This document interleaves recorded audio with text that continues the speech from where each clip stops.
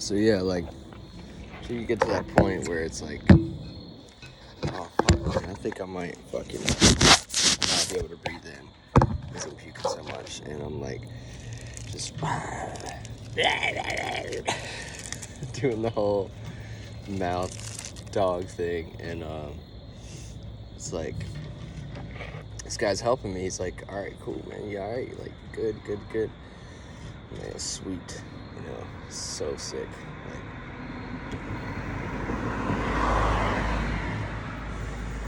somebody's got me, right? So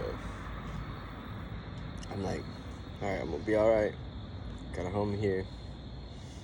So then he's like, hop in, man. I'll take care of you. We'll make sure everything's cool. And at this point, I'm just like thinking that he's part of like my dude's like supply or whatever, because I'm so like like rattled in my brain and it did not compute. But I'm like, fuck, like, I was like, yeah, let's go get this weed, whatever. But it turns out this dude's like a fucking ice dealer. And I'm like, Jesus. Well, here we go. It's gonna be a wild ride. And I know I'm not the only person this has happened to, but I'm just like riding around, and he picks up this girl. Long story short, and she's really beautiful, little Cleopatra. Pyramid Spring Ocean. Go check it out if you want to decode all this. But it's like she's talking like fuck, like she's hysterical, and the whole time she's like, he's gonna kill me, yada yada yada, if I yada yada yada, and I'm kind of in a daze still, but like listening, but trying not to listen, but like should I listen? He was gonna kill me, said, you can't take me with you, yada yada yada. Sex trafficking, right? And she's just walking around, and she's on drugs, and she's on crack, and we're kind of trying to calm her down, and get her to a place. And, there's a lot that happened kind of before this with my phone and stuff that I'm not going to disclose, but it's just like, man. Anyway, yeah, she's like hysterical. So I'm going through purse just to like check out like everything's cool, like she's not, I don't know, like she's at least somewhat normal and safe and not like completely homeless, or just checking it out to make sure everything's cool. And I put everything back, and I'm like just studying the situation. He keeps saying like, keep your head up, watch for police, watch for other people. And I'm like, okay, try my best. And anyway, we're like speeding down 85. I mean, like jogging like 120 at one point probably. And I'm like, holy shit, I'm in some fucking shit right now.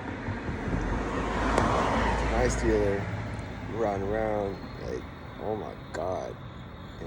And before that, he told me to follow him with his car. He didn't tell me immediately to get in the car. So I followed him around, and I was kind of listening to music. I'm not sure if it was his fault or mine. I know he was arguing with the girl in front of us, and they were going back and forth about it and everything else. And we slinged back to my car anyway. But and I just kind of, I don't know, I was sitting at the stoplight, and I was getting excited because I was just listening to music and shit. Never take my eyes off the road, but I took my eyes off for 2 seconds and sit at the stoplight, and he's like at the stoplight. I swear he's just sitting there like waiting on me to look away, and he's all of a sudden like I hit that thing like going creeping. I'm talking like 5 miles an hour, and this motherfucker had a reinforced car with some armored doors and some like crazy shit. So it was heavy as shit, and it fucked my car up. I mean, it's the whole transmission was gone. It was like, oh my god. So we drove it around for a while until it finally burned out, and we had to park it at this like truck place. And it's like, okay, what do we do now? Fuck, But Anyway, like I said, I'm not sure if it's his fault or mine, but that event altered the course of my life significantly, 100%. And if I do sue for it, just don't be mad, because like I will get it back to you. But like if I can get a personal injury lawsuit out of it, I swear to God I will, because like, motherfucker,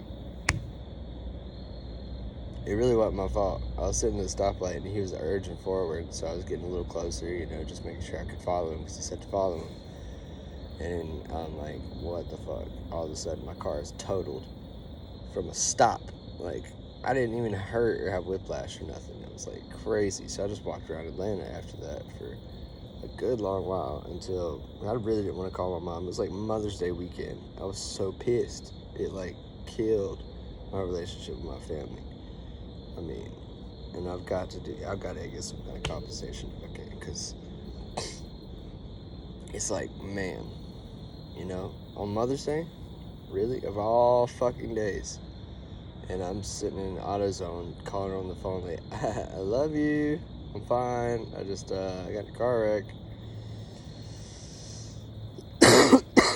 But anyway, I was just trying to get a goddamn pack of Zod, head back into my mom's place, and have a good Mother's Day weekend.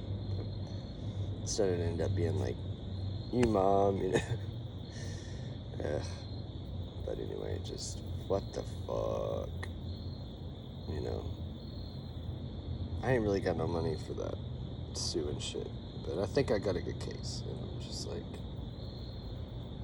because I received most of my more severe diagnoses after that event, so I don't know. Now I'm schizoaffective. Anyway, mental health matters, but don't take these drugs, kids. Like, that's the moral of the story. Like, Seroquel, I don't care what it is, fluoxetine, Zyprexa, Cymbalta. I'm just laying off the ones I've taken. Any of that. Olanzapine is the generic name for Zyprexa, but just don't take it, and Prozac is fluoxetine. But just don't take it. Like, you don't need it. You need to exercise. You need to figure out your life, and you need to turn it around. That's the 3 things you need to do right there. And I know that everyone tells you that, and you think you need medication, but you don't. I mean, it's my personal 100% vetted opinion, at least for me, that you don't need it if you exercise and you throw yourself at something that you want more than anything, and you will make it happen for yourself. And I'm making that happen every day for myself here today. I mean, and I'm not even in a great place right now, to be honest. I'm sitting on a bench and I'm homeless in Atlanta, but I'm making the best of it. I do what I have to do to survive. If I have to take a little here and there, just forgive me, Atlanta, because I'm not the only one that does it, first of all, and I really only ever take what I need, like Vienna sausages and motherfucking Spam. So it's just like, don't be so judgmental of people that steal and do this and do that. I mean, I could understand stealing other people's shit. That's wrong. I'm 100% agree with that. Even from a studio or from an artist you don't like, and so you don't roll up. But no, that's not cool. And I've been tempted to do that myself, and I still might, but it's just because people have crossed me, and I'm pissed. But I ain't gonna say who. But it's just like, don't be so judgmental, because you don't know what people have been through. When you've had your shit taken from you and taken from you and taken from you, it makes you want to just take it from somebody else, When you've had your art used and abused and reused and put on splice and, this and that, just from simply having it on your computer, and you start to hear stuff and you're like, hold on a fucking second. That's me playing. It just makes you want to run up on a motherfucking, make me say it. But, I mean, and that's why, and like, just don't be so judgmental, because I'll do an interview any day and explain all these motherfucking niggas to y'all. Because, like, y'all really don't understand shit, white America. I mean, it's just so fucking annoying. Like, you don't get it. You don't understand what it's like to walk around the street in the city. You just go home to your nice home that you inherited from your family, and it's okay for you. It's like suddenly okay because you're able to watch your Netflix and do what you need to do and relax. But when you're out here, you have to occupy yourself and hustle and figure out how the fuck to get out, because now you're trapped in a city without any help from parents or any help from anybody, because you pissed off everybody that you know, and they really don't want to have anything to do with you, or you've asked too much money too many times and misused it. And it's just like, man, I'm just trying to space this shit out, because I am using it on food and all that, but I ain't gonna lie, I'm using some on cigarettes. Like, I mean, that's really it. I haven't spent a dime on weed since I've been here. I mean, I've hit some weed. Well, yeah, actually, no, I paid $4 for a damn, pre-roll today, this morning, because I did not get into the Atlanta mission, and I was like, I need a smoke, hallelujah, Lord. I mean, can I get an amen? Right. So, yeah, sometimes there's nothing you can do, and you gotta smoke about it. So, don't be judgmental of that either, because it definitely helped me feel better, and it helped me pass the fuck out. And I haven't slept, and I don't know how long, like, at least not for more than 30 minutes, 5, 10, 15 minutes at a time, and then get up and do it again. It's like, that shit's really hard to do, especially when you get run off at every damn bench in the goddamn country, and you gotta take a whole train to North Atlanta, Sandy Springs, or Doraville just to be able to sleep on a bench and then have somebody come get you anyway. It's just like, oh my God, just, you don't get it. And then they gotta let me do it because I'm white and I look like I have shit together. But they don't let these homeless people do it. They just pick them up and ship them back down to Midtown. It's just like, sad. It's real sad. State of affairs. Perdido Encanto clocking in and clocking out. Peace. Peace and love, everybody. Like, subscribe, and do all the things. Make sure you hit the bell thing and what should I call it with the Betty Bopper Bing Bops, and fucking hit the like button. That's the most important one for me.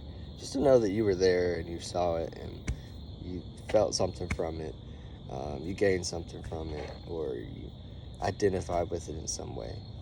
And just hit that like button for me and share that. Copy the link, whatever. Share it anywhere you'd like, just to get the message out there. Because sometimes it takes somebody like me speaking the truth in spite of all odds and sort of sacrificing himself. Because I chose this life. I mean, I really didn't have to be here. And I could be in a Tempur-Pedic bed at my parents' house in a little model home. But, like, I would rather be here. It makes me feel alive. It makes me feel like I'm not stupid. It makes me feel like I have purpose, I have value. As I hear the people, as I'm playing in Ponce City Market on Krog Street in Atlanta, or close to Krog Street anyway, it's a joy and a true, like, I'm gonna cry. Amazing time to just be able to hear people behind me, like, enjoying my music.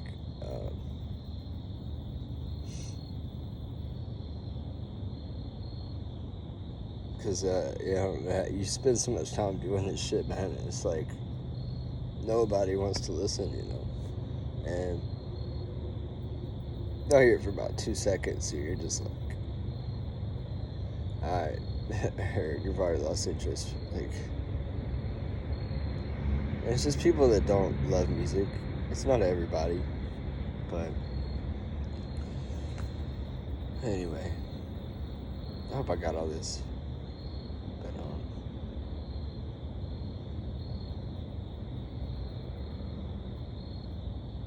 to my real music listeners out there that listen from the top down of the album, kudos to you. You know the real story, you know what's up. And that's pretty much everybody out here in Atlanta. Because we live and die for that shit. Like, it's the only thing that keeps us from looking at the blood stains in the streets as we walk.